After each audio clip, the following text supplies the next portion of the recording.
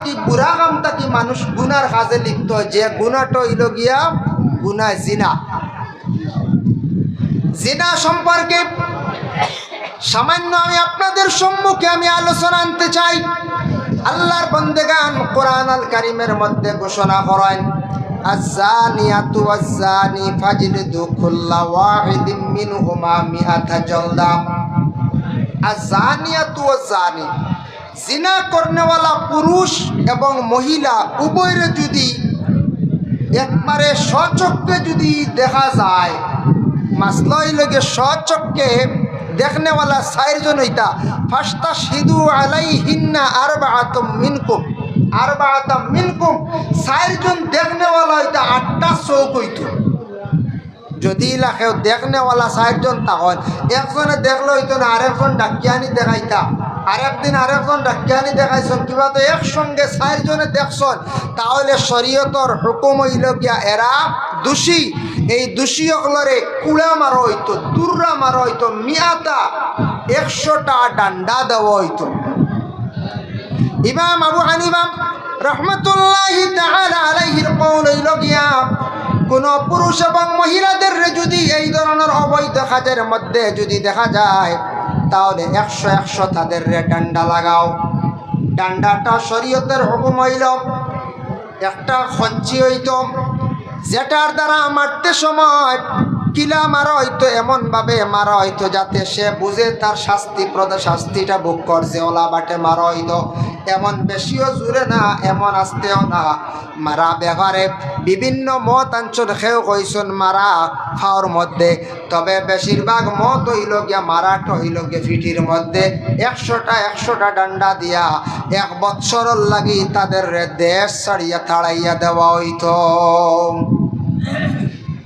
বুধবৈত্রান শরীয়তের হুকুম 1 বছর লাগি বাজু ছাড়ি দিতে, এর মুখ আর দেখা দেখি না, এটা শাস্তি। তাই সরিয়া যাইতা বলে আমরা ভুল করলাম, 1 বছর লাগি আমরা গ্রাম ছাড়ি দিছি, মানছে আমরা তাড়াইয়া দিলাইছেন, শরীয়তের হুকুম। আল্লাহর বান্দাগান এর জন্য বিশেষ করিয়া দেখেন, এখন হইল গিয়া আরেক গুরু বিবাহিত পুরুষ এবং মহিলারা, যদি বিবাহিত কোনো পুরুষ এবং মহিলা এই ধরনের অবৈধ কাজের মধ্যে যদি পাওয়া যায়, তাহলে শরীয়তের হুকুম হইল গিয়া এরার উপরে রজম ওয়াকে হয়ে গেছে গিয়া।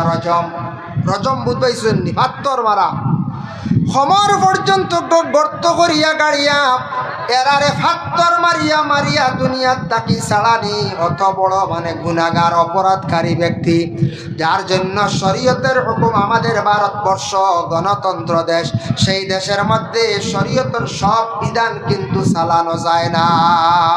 দুর্রা ডান্ডা দেওয়া যায়, কিন্তু রজম ফাত্তর মারা এই মাসলাটা যেটা আছে, এটা আবার আমরা দেশ এটা হদ জারি করেন না। খেলে জানেনি, গণতন্ত্র দেশ ভারতবর্ষ, সেই দেশ।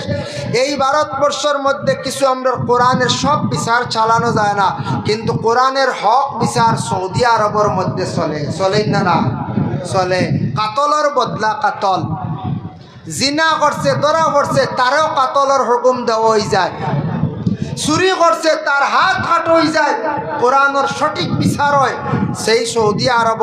আমরা ভারতবর্ষ সেই গণতন্ত্র দেশের মধ্যে কোরআনের সব বিচার চালানি যায় না। তবে এর মধ্যে আলা আজাল কেয়াস দ্বারা কিছু মাসলা হলে আলিম হলে হদ জারি করেন, আর যেগুলো সঠিক আছে যেমন 100 ডান্ডা, এটা আবার জারি করা যায়। আজ থাকি দেখেন 2-2.5 বছর 3 বছর পূর্বে ভারতবর্ষে নির্ভয়া কাণ্ডের 4 জনকে একই সঙ্গে মৃত্যুদণ্ড দেওয়া হয়েছে। আপনারা নিশ্চয় সোশ্যাল মিডিয়া দেখছেন দেখছেন। আল্লাহর বান্দাগান, এটা একটা আইন বানানি হয়ে গেছে গিয়া, যেন কোন পুরুষ হলে যদি কোনো মহিলাদের উপর যদি এইভাবে নির্যাতন চালাইয়া সেই মহিলারে যদি হত্যা করিলাই, তাহলে জানিয়া রাখবা এরারে আবার মৃত্যুদণ্ডের আদেশ দেওয়া হইব, ফাঁসি দেওয়া হইব। যদি নির্যাতন করিয়া যদি হত্যা করিলাই, তাহলে মৃত্যুদণ্ডের আদেশ দেওয়া হইব ডাইরেক্ট, এরার ফাঁসিতে ঝুলানি হইব। কারণ কিতা, ভারতবর্ষে যে 4 জনকে একই সঙ্গে ফাঁসি দেওয়া হইছিল, এটা একটা আইন হয়ে গেছে গিয়া। যারা নির্যাতন করিয়া কোনো মহিলারে মৃত্যুদণ্ড মানে মারিলেই বা এরার মৃত্যুদণ্ডের আদেশ হইব, এইটা কারো ফাইনাল, এটা একবারে ফাইনাল জানিয়া রাখবা। প্রায় জায়গাত ভারতবর্ষে মৃত্যুদণ্ডের আদেশ হয়, বিভিন্ন কোর্টে দিয়া থাকে, দেন না বলতে দিয়া থাকে। এর জন্য আল্লাহর বন্দেগান রাসূলুল্লাহ সাল্লাল্লাহু আলাইহি ওয়াসাল্লামের জামানায় একজন মহিলা গুনাহ করছেন, গুনাহ করিয়া কোন গুনাহ? গুনাহ জিনা। গুনাহ করিয়া আল্লাহর রসুলের কাছে গিয়া এখন, ইয়া রসুল আল্লাহ, আমি আপনার কাছে আইছি, আমার জীবনে আমি গুনাহ করে লাইছি। বলে কোন গুনাহ? বলে জিনা। নবীজি মুখ ঘুরাই লাইছেন।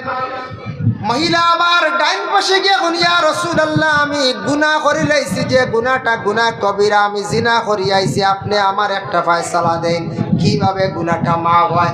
আবার রসুল্লাহ বাম দিকে মুখ ঘুরাই দিলাম।